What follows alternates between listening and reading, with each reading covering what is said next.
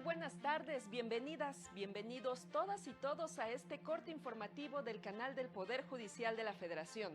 Hoy es martes 29 de abril de 2025, ya casi para concluir este mes.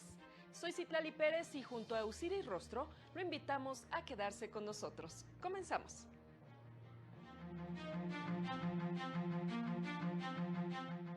La Corte revisó la constitucionalidad de disposiciones civiles de Tlaxcala y Tabasco que prevén supuestos de pérdida de la patria potestad.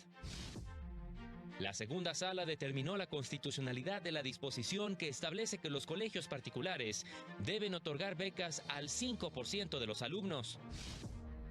La primera sala ha establecido criterios que protegen derechos de las familias lesbomaternales. Durante 2024 se registraron en México 352,000 accidentes de trabajo, reveló la Defensoría Pública Federal. Por mayoría de votos, el Pleno de la Corte invalidó el párrafo cuarto del artículo 168 ter del Código Civil del Estado de Tlaxcala que preveía la pérdida de la patria potestad como consecuencia del despliegue de la conducta de alineación parental, misma que se consideraba como una forma de violencia familiar. El Pleno determinó invalidar la norma porque no permitía al juzgador imponer de manera gradual la sanción conforme a las características de cada caso. En ese contexto, la conclusión es que se estima desproporcionada la sanción de pérdida de patria potestad a consecuencia de la alienación parental, en detrimento de los derechos del menor a vivir en familia y a mantener relaciones afectivas con ambos progenitores. En otro asunto, el Pleno también invalidó el párrafo segundo del artículo 425 del Código Civil de Tabasco, que establecía que el hecho de que un padre intente o cometa feminicidio tendría como consecuencia la limitación, suspensión o pérdida de la convivencia o patria potestad de los abuelos. El Pleno explicó que si bien existe temor de que los infantes convivan con la familia del agresor de su madre, la disposición afectaba los derechos de quienes no cometieron la conducta sancionada. Es decir, no se trata de un supuesto en donde los padres o las madres simplemente resienten de manera indirecta las consecuencias o impactos de la pena impuesta a sus hijos, sino que directamente reciben una sanción que restringe sus derechos por la conducta de aquellos. En este caso, algunos ministros se pronunciaron en el sentido de que la sanción impuesta era de naturaleza penal, a pesar de encontrarse en una norma civil. Pues se trata de una de las consecuencias de la comisión de un delito y por ello me separo de todas las argumentaciones de que se trata de una sanción civil. En un asunto más, el Pleno confirmó la resolución del extinto INAI que ordenó entregar la información relacionada con el estado de fuerza de las corporaciones policíacas preventivas estatales de 2010 a 2022, pues la revelación de dicha información no pone en riesgo la seguridad nacional, como lo consideró la Consejería Jurídica de la Presidencia para clasificar como reservada dicha información.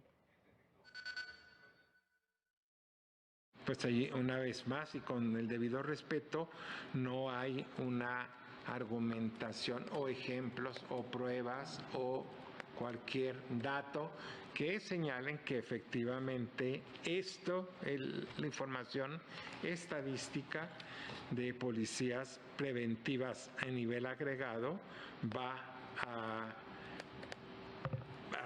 nulificar, las actividades de inteligencia y contrainteligencia de las autoridades. El Pleno también confirmó la resolución del INAI que ordenó entregar a un particular la información relacionada con los estados operativos del Sistema Eléctrico Nacional, pues su revelación no compromete ni pone en riesgo la seguridad nacional. Incluso se advirtió, dicha información ya había sido divulgada en el Internet por el Centro Nacional de Control de Energía. Y para salvaguardar el interés superior de la infancia, la primera sala determinó que imponer plazos para reclamar el pago de alimentos es inconstitucional. Jesús Daza con los detalles de esta resolución. La primera sala de la Corte determinó que fijar un plazo para reclamar el pago de alimentos es inconstitucional, pues se trata de un derecho protegido que no se pierde por no reclamarse en determinado momento, sino que se mantiene en tanto la persona afectada necesita de ellos para su subsistencia.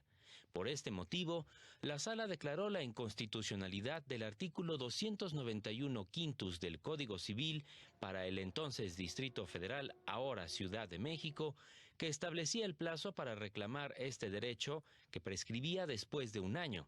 La Sala explicó que el derecho a reclamar alimentos después de la disolución de las relaciones de familiares no se pierde ni se extingue por el simple transcurso del tiempo, pues es un derecho irrenunciable, en términos del artículo 321 del mismo Código Civil, disposición que establece que el derecho a recibir alimentos no es renunciable, ni puede ser objeto de negociación para cederlo o modificarlo. El presente criterio lo estableció la primera sala, al resolver un asunto en el que se impugnó la resolución de un tribunal colegiado que negó el amparo a una mujer que reclamó alimentos a su expareja, con la que estuvo casada por 22 años, a quien reclamó el pago de alimentos, petición que le fue concedida por el juez de lo familiar, pero revocada por el tribunal colegiado, debido a que los alimentos fueron solicitados después de un año de la separación. Con información de José Luis Guerra García para el canal del Poder Judicial de la Federación. En más noticias, la segunda sala de la Corte determinó que es válido que la Ley General de Educación prohíba el aumento de cuotas que no fueron consideradas al inicio del ciclo escolar, con el fin de que los padres tengan la certeza del gasto que realizarán. Las instituciones de educación privadas también están obligadas a otorgar becas totales o parciales a por lo menos el 5% del total de sus alumnos.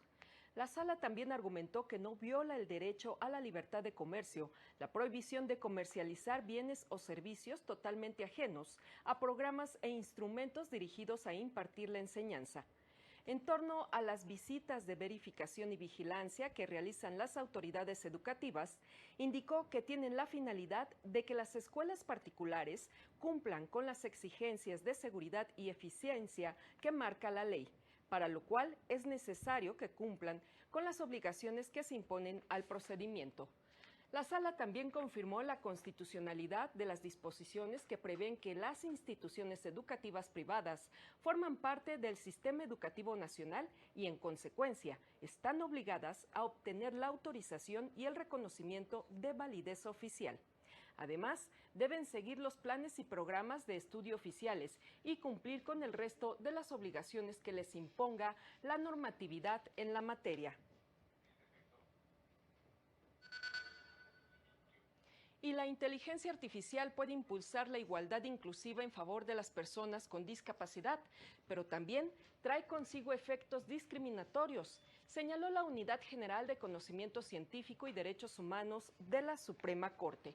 Un ejemplo de esto, indicó, es cuando se buscan profesiones como deportista, actor, artista, etcétera, en los motores de búsqueda, ahora alimentados con inteligencia artificial como Google. No aparecerán imágenes de personas con discapacidad, ya que están programados con sesgos y nociones discriminatorias sobre que las personas con discapacidad no pueden llegar a serlo. Ante ello, señaló que las correcciones del sesgo de la inteligencia artificial deben incluir la participación de personas con discapacidad en la toma de decisiones y garantizar que cuenten con ajustes razonables para beneficiarse del progreso científico. La Suprema Corte pone a disposición del público, a través de la Unidad General de Conocimiento Científico y Derechos Humanos, sentencias que protegen los derechos de familias lesbo-maternales. La Unidad General de Conocimiento Científico y Derechos Humanos de la Suprema Corte destacó diversas sentencias del máximo tribunal que protegen los derechos de las familias lesbo-maternales. En el amparo en revisión 852/2017 y en el amparo directo en revisión 2766/2015, la primera sala definió la comaternidad como una forma de familia constituida por dos mujeres que cuidan y crían de una o más hijas, hijos o hijes, la cual implica una doble filiación materna, que no solo se define por el vínculo biológico, sino también a través de la voluntad procreacional de las personas. En torno al interés superior de niñas, niños y adolescentes, también la primera sala determinó en el amparo en revisión 852/2017 que tienen derecho a la identidad acorde con su interés superior y la realidad familiar en la que se encuentren, mientras que en el amparo en revisión 807/2019, la sala señaló que el vínculo biológico de hijas, hijos e hijes con una de las progenitoras no determina por sí mismo que sea ella la única que deba ejercer su guarda y custodia, sino que deben tomarse en cuenta las circunstancias del caso concreto. En este mismo recurso, la sala indicó que las controversias familiares entre parejas conformadas por mujeres deben ser analizadas con perspectiva de género, cuando se alegan asimetrías de poder o violencia entre las partes, como en todos los casos de violencia de género. Para el canal del Poder Judicial de la Federación, Jesús Daza. Y el Consejo de la Judicatura Federal destacó una tesis relevante del 14º Tribunal Colegiado en materia de trabajo del primer circuito, el cual determinó que la jornada especial de 24 horas de personas trabajadoras de Semarnat debe considerarse diurna, con un máximo de 8 horas diarias. Lo anterior, luego de que las y los trabajadores reclamaran el pago correcto de horas extras conforme a las condiciones generales de trabajo. Así, el Tribunal Colegiado indicó que, en atención a la hora de entrada y para el cálculo del tiempo extraordinario, deben tomarse en cuenta las horas legales efectivamente desempeñadas y las subsecuentes estimarse extraordinarias. Es momento de una pausa, enseguida regresamos.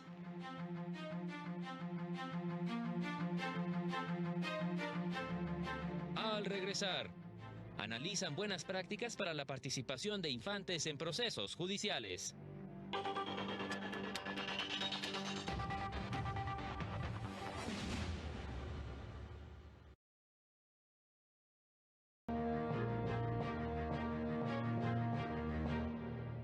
Ya estamos de regreso, gracias por continuar con nosotros. Ahora vamos con Laura Murillo a la Facultad de Derecho de la UNAM, donde se llevó a cabo un foro sobre los derechos de niñas, niños y adolescentes. Adelante, Laura, te escuchamos. Así es, te saludo en el segundo día del foro sobre derechos de niñas, niños y adolescentes y su acceso a la justicia, organizado por la Suprema Corte en conjunto con la UNAM. En esta ocasión, integrantes de poderes judiciales locales y de la Oficina de Defensoría de los Derechos de la Infancia profundizaron en algunos mecanismos especializados para la participación de niñas, niños y adolescentes en procesos de justicia. Entre ellos explicaron el funcionamiento de las salas de audiencia para personas en condición de vulnerabilidad y la sala especializada para la participación infantil y adolescente en materia familiar, que son espacios con protocolos para la adecuada atención de niñas, niños y adolescentes. Escuchemos parte de los comentarios. Esto involucra que los niños, cuando van a hablar de lo que les duele, cuando van a contar sus experiencias o simplemente van a dar la opinión de con quién quieren estar, ¿no? En su entorno familiar, pues normalmente el sistema de justicia, al estar adaptado de una manera adultocéntrica, pues les genera miedo. Señalaron que es en los juzgados familiares donde están presentes con mayor frecuencia niñas, niños y adolescentes, y son justo estos espacios los que llegan a estar menos adaptados para la atención de las y los niños. De la experiencia que hemos adquirido, tenemos que cuando un proceso de justicia involucra a niños, niñas, adolescentes, de manera adecuada, podemos ayudar pues a formar su resiliencia. Esencialmente, el método de la sala es que toda interacción con la persona en condición de vulnerabilidad, niño, niña o adolescente, se lleva a cabo a través de una persona facilitadora experta. Es parte de lo acontecido en este foro. Muy buenas tardes. Gracias, Laura, que tengas una excelente tarde. Y el Tribunal Electoral dio a conocer la sustitución de un proyecto del magistrado Felipe de la Mata Pizaña, con el que propone resolver el juicio ciudadano promovido por Ricardo Alejandro Vázquez, en el que pide revocar la decisión del encargado de despacho de la Dirección Ejecutiva de Asuntos Jurídicos del INE en torno a su petición de cancelar el registro como candidato a ministro de César Mario Gutiérrez Priego, pues argumenta que incumple con lo dispuesto en el artículo 95 constitucional, en específico contar con buena reputación. En principio, el magistrado proponía desechar el recurso por la inviabilidad de colmar la pretensión del actor, ya que todas las partes de evaluación y selección de candidaturas habían concluido de manera definitiva. Ahora, en el nuevo proyecto propone revocar la decisión del encargado de despacho de la Dirección de Asuntos Jurídicos, en la que advirtió que el INE no estaba facultado para cancelar la candidatura. Lo anterior porque la materia de la controversia está vinculada con el derecho de petición. En consecuencia, precisa que la revocación es única y exclusivamente para que se dé respuesta a la petición por parte del órgano competente del INE, pues el encargado de despacho de la Dirección Ejecutiva de Asuntos Jurídicos carece de competencia para ello, ya que corresponde al Consejo General dar respuesta a la petición. El INE aprobó la asignación de tiempos oficiales para el tercer trimestre del presente año, decisión que se adoptó tomando en cuenta diversos escenarios. En el caso de las entidades en las que no haya procesos electorales locales que hayan presentado a tiempo su solicitud, se les asignará el 25% del tiempo disponible y el resto se asignará al INE para el cumplimiento de sus fines. En el caso de las entidades que lleven a cabo algún procedimiento de democracia directa o participativa que hayan presentado su solicitud, se les asignará el 40% del tiempo disponible, mismo porcentaje que recibirá el INE, y el 20% restante se dividirá en partes iguales entre las restantes autoridades electorales. Esta distribución aplicará durante los 30 días previos a la realización del mecanismo de democracia directa o participativa. En este supuesto se encuentra el Instituto Electoral de la Ciudad de México, que celebrará la consulta de presupuesto participativo. Y el Consejo General del Instituto Electoral de la Ciudad de México aprobó los lineamientos para el cómputo y sumatoria de los votos emitidos en la elección local para la renovación de diversos cargos en el Poder Judicial capitalino. Dicho proceso se llevará a cabo del 1 al 10 de junio. Una vez concluidos los cómputos distritales, el Consejo General llevará a cabo la sumatoria de los mencionados cómputos. En primera instancia, se llevará a cabo el cómputo de la elección de magistrados del Tribunal de Disciplina Judicial. Posteriormente, los relacionados con la elección de magistraturas y juzgadores del Poder Judicial capitalino, por cada uno de los 11 distritos judiciales en que se dividió la Ciudad de México. Dichos cómputos, declaración de validez de la elección y entrega de constancias de mayoría se llevarán a cabo respetando el principio de paridad. Es decir, se va a realizar como si fuera una elección de diputaciones de mayoría relativa. Las que ganen y obtengan el mayor número de votos en esos distritos van a ser las que resulten electas. La paridad se cuida en todo momento, de hecho está establecida desde la convocatoria que publicó el Congreso de la Ciudad y en el que se determinó el número de vacantes específicos para mujeres y hombres. En el caso de las magistraturas del Tribunal de Disciplina, las vacantes son 3 para mujeres, 2 para hombres. En las magistraturas del Poder Judicial de la Ciudad de México tenemos 17 vacantes para mujeres, 17 vacantes para hombres. Y en los juzgados del Poder Judicial de la Ciudad de México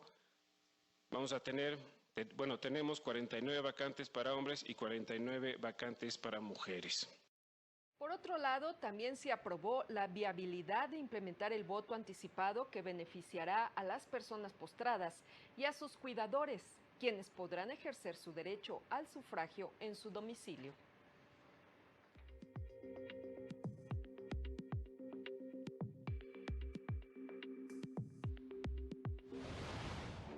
Este martes 29 de abril iniciaron las campañas de las personas candidatas para las elecciones del Poder Judicial en Baja California, Durango, Quintana Roo, Tlaxcala y Veracruz, que concluirán el 28 de mayo próximo. El INE recordó que no puede haber propaganda masiva, eventos multitudinarios ni compra de espacios publicitarios. La magistrada presidenta del Poder Judicial de Yucatán, María Carolina Silvestre Canto Valdés, se reunió con especialistas, universitarios, barras de abogados e iniciativa privada como parte de las acciones para la creación del juzgado especializado en mecanismos alternativos de solución de controversias. Personal del Poder Judicial de Baja California y litigantes participaron en el taller sobre acciones colectivas, que forma parte del curso en materia del Código Nacional de Procedimientos Civiles y Familiares en el marco de su implementación en la entidad. El Poder Judicial de Querétaro firmó un convenio de colaboración con el Centro de Prevención Social del Delito y la Violencia en el Estado para fortalecer los mecanismos alternativos de solución de controversias en materia penal. Para el canal del Poder Judicial de la Federación, Jesús Daza. Y en el mundo, 2.93 millones de personas mueren cada año como consecuencia de factores relacionados con el trabajo, mientras que 395 millones de personas trabajadoras sufren cada año un accidente laboral no mortal, señaló el Instituto Federal de Defensoría Pública. En nuestro país, durante 2024 se contabilizaron cerca de 500,000 riesgos de trabajo. La mayoría de estos, 352,000, fueron accidentes laborales, mientras que el 40% de las personas trabajadoras no cuenta o desconoce los protocolos de seguridad en su lugar de trabajo. En este contexto, la Defensoría refrendó su compromiso con la defensa de los derechos laborales, impulsando acciones que garanticen el acceso a la justicia para quienes se enfrenten condiciones inseguras en sus espacios de trabajo. Y Óscar González, compañero reportero, se encuentra en la presentación de un libro que tiene por tema la perspectiva de género. Adelante, Óscar, te escuchamos. Así es, con gusto en saludarles, muchas gracias, muy buenas tardes para todos. Efectivamente, en la presentación del libro Perspectiva de Género y Derecho Penal, Violencia de Género y Delito, donde las participantes afirmaron que la violencia de género no es algo aislado, sino que es un fenómeno que deviene de diferencias estructurales socialmente creadas y marcadas. Indicaron que factores como la clase, la etnia y la condición social pueden colocar a las mujeres en una grave situación de vulnerabilidad. Veamos lo que indicaron en este sentido. Esa violencia de género está enraizada en los roles y los estereotipos que derivan de este sistema de organización social. Es por eso que a la hora de examinar la violencia en contra de las mujeres tenemos que diferenciar aquellas violencias que no tienen una raíz propiamente dicha en el género de aquellas que sí tienen una raíz en el género. Lamentaron la baja posibilidad de acceder a la justicia en casos de vivir abuso sexual, por lo que a su vez subrayaron la necesidad de que ante ello se tome en cuenta la perspectiva de género y la interseccionalidad. La perspectiva sería la interseccional y dentro de ellas la de género. Y en el caso de la sexualidad tendría que estar acompañada sí o sí género y edad, porque la sexualidad se va construyendo, se va haciendo conciencia sobre cómo la tenemos en función de nuestra edad, de nuestro crecimiento. Entre algunos de los datos más importantes que mencionaron fue que de acuerdo con la encuesta de la ENDIRE del INEGI, el 91.8% de las violaciones no son denunciadas, por supuesto, violaciones de tipo sexual hacia las mujeres. El 13.3% de las mujeres encuestadas indica que tuvo alguna experiencia de abuso sexual antes de los 15 años, que solo en el 40% de los casos de abuso sexual lo comentó y que apenas en el 7% de estos se acudió ante la Fiscalía a levantar una denuncia. Por ahora, el reporte que tenemos. Muchas gracias y muy buenas tardes para todos. Gracias, Oscar. Muy buenas tardes. Y fíjese que 9 minutos tardó el desalojo de las casi 1.200 personas que se encontraban en el edificio sede de la Suprema Corte y que participaron en el Simulacro Nacional 2025, el cual tuvo la hipótesis de un sismo de 8.1 grados con epicentro en Tehuantepec, Oaxaca, ocurrido en punto de las 11:30 horas de este martes. La indicación de Protección Civil es tercera y segundo piso replegarse, y una vez que pase el movimiento telúrico, en este caso el simulacro, y que pase, digamos, la alerta, evacuar si es seguro evacuar el edificio. El Poder Judicial Federal tiene protocolos de seguridad muy precisos para todas las personas que se encuentran en sus edificios, incluyendo a los visitantes. Se revisan fisuras, cristales, objetos caídos, y dependiendo del tipo de movimiento, dependerá el tipo de consideraciones que tendrán que revisar, en este caso ya hasta alguna estructurista. Pero lo más importante, recuerde usted, es la participación de todos, porque vivimos en una zona de alta actividad sísmica y la cultura de prevención salva vidas. Es muy importante tomarse en serio este tipo de ejercicios y tomarse como si fuera un evento sísmico real, porque no sabemos cuándo va a pasar. Los sismos no son predecibles, puede sonar ahorita, puede sonar en 10 minutos la alarma, puede sonar en un año y no sabemos, pero tenemos que estar lo mejor preparados. Y en otros temas, ante el avance de la inteligencia artificial, la autoridad y propiedad intelectual enfrentan serios desafíos. Rosy García nos explica de qué se trata.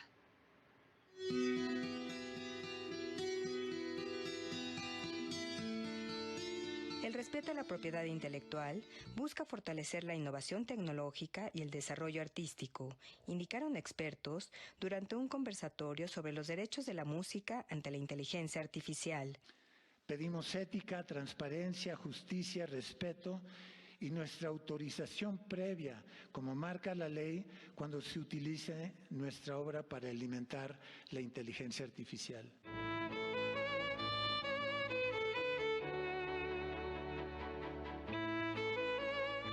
Se destacó la importancia de reconocer los derechos de autor ante el incremento de contenidos generados con inteligencia artificial, así como una justa remuneración por el uso comercial de obras musicales. Tener un reconocimiento del uso de sus obras, si es que hay un uso de obras, que como hasta ahora sabemos que la caja negra se alimenta de obras preexistentes, ya sean musicales, de libros, de cualquier tipo de obras creadas por autores.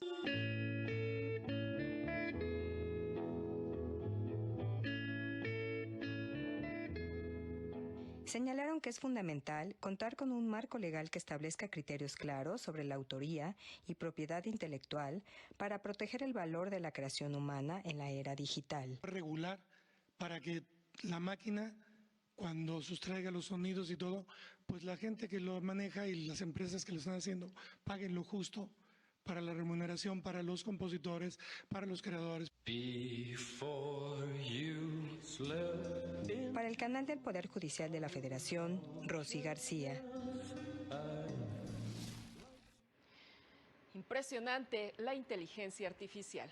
Y con esta información llegamos al final de esta emisión, pero tenemos una cita en punto de las 20:30 horas en el noticiario nocturno. En tanto, continúe la señal de Justicia TV. Soy Citlali Pérez, muy buen provecho, hasta pronto.